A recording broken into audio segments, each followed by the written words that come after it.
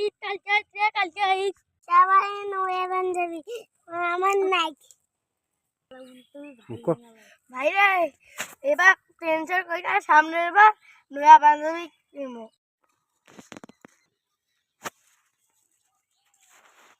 নয়া পাঞ্জাবি কিনছি, কত টাকা নিছে? ভাই রে, দেখি কি করবো, এটা পাঞ্জাবি মেলা টাকা দাম। কত টাকা নিছে?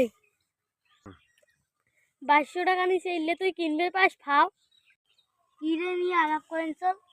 পাঞ্জাবি কিনছি তাই না, তুই যে কলু 2200 টাকা দাম, এভাবে করা যাবার নাই। গরিব মানুষেরা মন খারাপ করবে।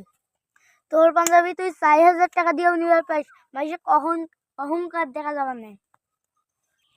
ঠিক আছে ভাই, আমার তো ভুলে হয়ে গেছে। দুই জনে মুনাকাত করে শোন।